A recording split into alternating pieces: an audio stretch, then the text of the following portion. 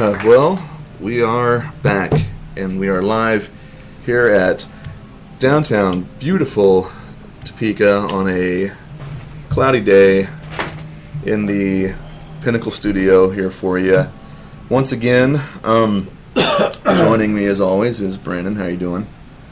I'm doing really good. Well, that's good. Cough that lung out, and we can get going here. Can't get comfortable in my chair. Well, I tell you what, we have a pretty interesting show today, I think, for everybody, and I think it crosses over many platforms of goals, many platforms of training, and I think that we probably will go on many different tangents. You should know us by now. Be prepared for that. But our main focus is a particular myth, and that myth is. It's not. I don't want to call it a myth right off the bat. We have to talk about it and decide if it's a myth. We have to determine if it's a myth with our scientific data and processes. But basically, what we're going to chat a little bit about is the ability to add muscle and drop body fat at the same time. Okay. And probably a bunch of other stuff. All right. Yeah. I think that's a good topic. Okay. Because everybody's looking. Ultimately, it seems like most people are looking to do that. Well, yeah. Whether they realize it or not, that's usually what they're trying to do. Exactly. I was just about to say, some people should be doing it anyways if their goal is a certain goal or any. Actually, most goals, it's probably what you should be doing anyway.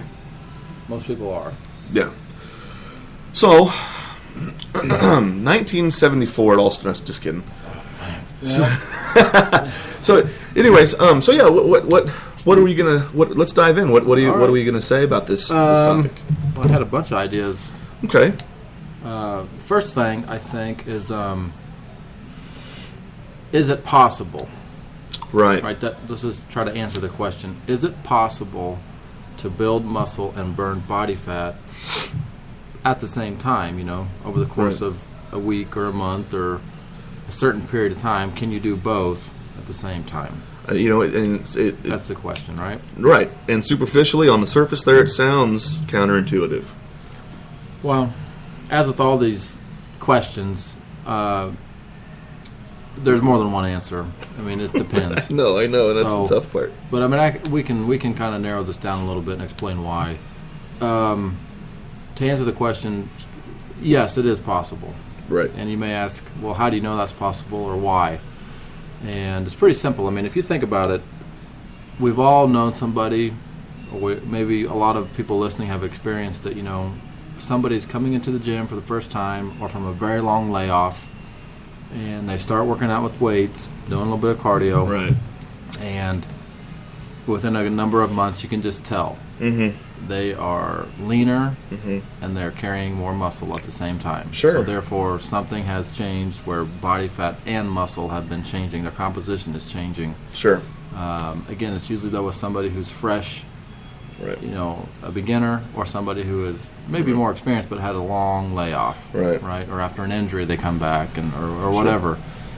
So yeah, it is possible. Right. Well, and I can remember many moons ago when I was in college, there was a portion of our programming class or whatever it was called at the time, I don't remember, but they actually said, and there's scientific proof to back up the fact that the first 6 months of something, the first 6 months of not doing anything to doing something, the first 6 months after a long layoff, is your most productive, and then after that it's drips and drabs for most people. Not everybody, but for most people. So that is, your body has to. There's an acute adaptation. It's like, I better get with the program because this is what we're doing now. Well, but one thing people tend to forget is they're concerned too much with the scale, with the number on a scale going down. Right. So we see this all the time. Usually more with women than men.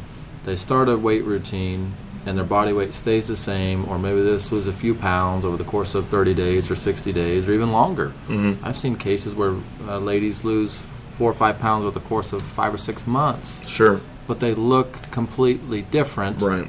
6 months down the road, but they're frustrated because the scale says they've only lost 5 pounds. Right.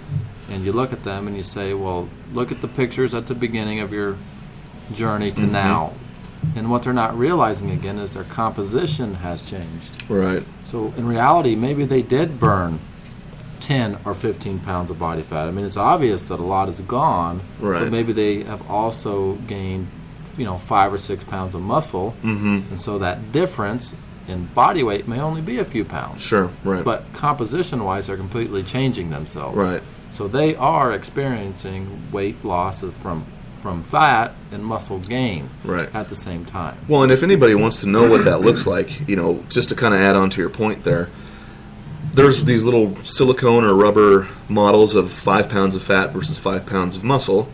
And they showed them to us in school, and I'm sure you can get on YouTube or Google's images or whatever, and see the difference. A 5 pound little block of fat. I mean, we've all seen the 5 pound of 5 pounds of the ground, the meat log, the ground beef log. It's even smaller than that. That's not a pure 5 pounds of muscle. So it's maybe half the size of a brick. It's like a softball. Or Yeah, a softball, and then the 5 pounds of fat is like a football. like a rugby ball or something. Yeah. It's big, and so that's the thing is that if you replace 5 pounds of fat with 5 pounds of built muscle, then you're going to be taking up a lot less space. Right. But you're going to be more leaner. Right. You're going to be denser. Yeah. And you're going to weigh the same, so you're going to get discouraged and bummed out about it. Right. So that's lesson number one. Right. Don't just look at the scale for an indication of progress. And can I tangent for a second? Can we talk about, just for a hair, I've heard people say, I've turned fat into muscle. Oh, my goodness. They still say that? I've heard people say that recently. Is that possible? No. There's not a lot of definite no's and yeses on this program. That is a definite 100% no. You cannot. They're two separate substances. It's like changing water into gold. You can't do it. Right, yeah. They're not the same thing. When you stop working out with weights and you've built a certain amount of muscle mass, everybody has their uncle at the 4th of July barbecue that tells them, sitting there eating his potato salad and hamburgers and macaroni and cheese, that, when you stop working out, all that muscle you have is just going to turn to fat and you're going to look like me. And that's absolutely 100% that's impossible. Yeah, it's not something. It's not a matter of opinion, and that's not just something we're saying. It's not an opinion. It is literally impossible. It's impossible. They are two different tissues. Unless there's some divine intervention that we don't know about, it's impossible. Right, and I don't know if this is going to take you into your second point, but that's the thing is that body fat does not have a blood supply. It does not take calories to maintain body fat. That's why if you lose calories, you lose body fat. But muscle... Well, I think it does, but not as much. Well, sure. It takes something, but muscle takes a lot more calories. Because that's why your metabolism picks up when you build muscle. It's living, breathing tissue. Right, exactly. So the more muscle you put on, the more body fat you lose. Exactly. It's just kind of like I don't know the term, but when you start, it's kind of like exponential. I mean, it just kind of builds on itself. When the more muscle you have, the more efficient your body becomes at burning body fat, the less body fat you're likely to store. Sure.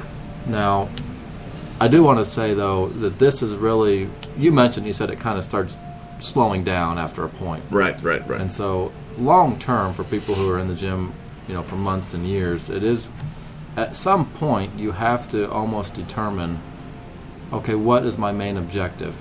Is it to burn body fat or to build muscle? You have to basically pick at some point, because you just can't do both, not realistically, indefinitely. It's very, very tough. It's like the more effort you put into your training and diet and everything, the more muscle you're eventually going to build if you're trying to do that.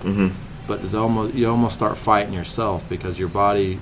So, for example, I've seen people that are experienced weight trainers, and maybe they're going to do like a competition, and I do help people get ready for like physique and bodybuilding competitions and these kind of things occasionally.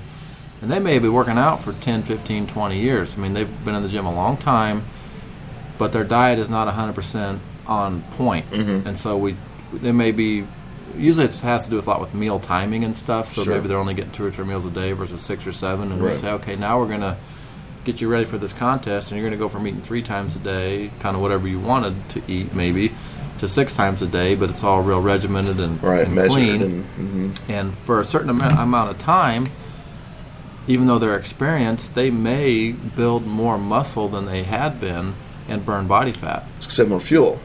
It's just more efficient. They're doing everything 100% efficiently now. They're not missing meals. They're on time. They're getting a constant supply of protein and amino acids and all this kind of thing, and they're just doing a better job on their diet. Right. But that's that won't last maybe a month or so, and then into the diet, and then it's just the calorie deficit kicks in, and they can't build muscle really anymore. Right. So again, that's another case of where is it possible? Where have I seen it? That is with an advanced, but again, that's kind of an extreme. Sure. Well, I can back that up 100% because I thought about doing a show, and it's still in my mind, but I thought about doing one, and you and I worked a little bit on my diet, and I followed that thing for a good 4 or 5 weeks, and by the end of that 4 or 5 weeks, I went from, I think it was 265 pounds to 283 pounds. And we were training hard. I was doing nothing different. I was eating extremely clean. Felt bigger, looked bigger. My clothes didn't really fit anymore. I turned into the Incredible Hulk, basically. I got a job out of town that makes me commute. So now I'm recalculating and reformulating my moves here. So why continue to do that when I'm not going to be getting the meals anyway? So, but I'm still eating clean, just so that everybody knows, for the most part. But that's the pure examples. I was like, why am I going up? Why am I going up? I'm eating actually better, and in some cases my meals are smaller in portion size, but I'm blowing up, and it started to mess with my mind a little bit. I have to admit. Well, again, it was just there are a lot of things. Some of it was muscle. I doubt any of it was body fat. Sure, yeah. Some of it could be fluid retention due to eating more and getting more carbohydrates and the right kinds of. There's different things that. But before we I don't know if we're going to move on from this, but before we go too much further, I did want to point out, though, so we've kind of been talking about, yes, it is possible, but again, the big reality for most of us is that you eventually have to pick one or the other. Yeah. And so it's not really realistic, I should say. Right. Okay? For the long-term goals. You have to kind of determine with how you structure your food, your diet, what your main objective is. Right. Okay. Right. And that's the key. You think about it, and we're not saying you have to pick one or the other for the rest of your life. You're not going to be funneled into a niche, but it's just you go through. You have phases now. Right. Is that more or less correct? And so a lot of people ask when they come into the gym, what do I need to do? I want to build muscle. I want to burn body fat. And I think for most people that are just kind of getting into it, I say just focus on a halfway clean diet and just work out. Don't worry so much about it. Don't worry. There will come a time when you have to kind of determine, okay, my body is accustomed to this level of training and this kind of food and all these kind of things, and it's just kind of getting accustomed to being this body weight and this body composition just due to the stimulus of the training and the food are no longer, it's the status quo. It's just kind of, it adapts to the environment that you put it in. And so after a while, your body adapts to weight training 4 times a week and just a certain amount of protein intake and these carbohydrates and these stress levels and all this. That's all your body is really trying to do in general is adapt to the environment that it's in. Right. The environment being all sorts of different factors. Sure. Weight training and food obviously being the 2 big ones that we try to control a little bit. But